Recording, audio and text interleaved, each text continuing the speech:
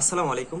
কিছুদিন আগে এবং ইদানিং একটা ভিডিও দেখি, যেটা হচ্ছে ভাই বোন সংক্রান্ত, যেখানে বলা হচ্ছে যে এটা আমি দেখেছি একজন আলেমও এই তাফসীরটা করেছেন এবং এই কথাটা বলেছেন যে ভাই বোনের নাকি পরকালে আর কখনো দেখা হবে না।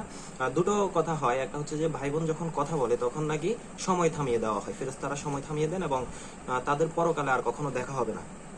তো এগুলা এই কথাগুলো আসলে টিকটকে বেশি চলছে, তারপরে হচ্ছে যে ইনস্টাগ্রাম, আরো বিভিন্ন জায়গায় ফেসবুকও চলছে মোটামুটি। তো এই কথাগুলো হচ্ছে যে আবেগপূর্ণ। হ্যাঁ, এই ব্যাপারে আলেমদের মতামত আমরা যতটুকু ঘাটাঘাটি করে বুঝলাম, ওনাদের সিদ্ধান্ত হচ্ছে এই ব্যাপারে কোনো সহি হাদিস বা জাল হাদিস, জয়ীফ হাদিস যেটাই বলেন, হাদিস পাওয়া যায় না। এবং কোরআনেরও এরকম কোনো আয়াত পাওয়া যায় না যেখানে বলা হচ্ছে যে ভাই বোন কথা বললে সময় থামিয়ে দেওয়া হয়, ফেরেশতারা সময় থামিয়ে দেয়, বা তাদের পরকালে কখনো দেখা হবে না, এরকম কিছু পাওয়া যায় না। তবে একটা আয়াত পাওয়া যায়, যেটা হচ্ছে যে সূরা তুর 52 নম্বর অধ্যায়ের 21 নম্বর আয়াত, যেখানে বলা হচ্ছে যারা ঈমান এনেছে এবং যাদের সন্তানরাও ঈমান এনেছে তাদেরকে তাদের সন্তানের সাথে মিলিত করা হবে। অর্থাৎ যারা ঈমান এনেছে তাদেরকে মিলিত করা হবে, এটা আল্লাহ তাআলা বলছে। তো মানুষ এটা কিভাবে বলছে যে ভাই বোন আর মিলিত হবে না পরকালে, আমি জানি না।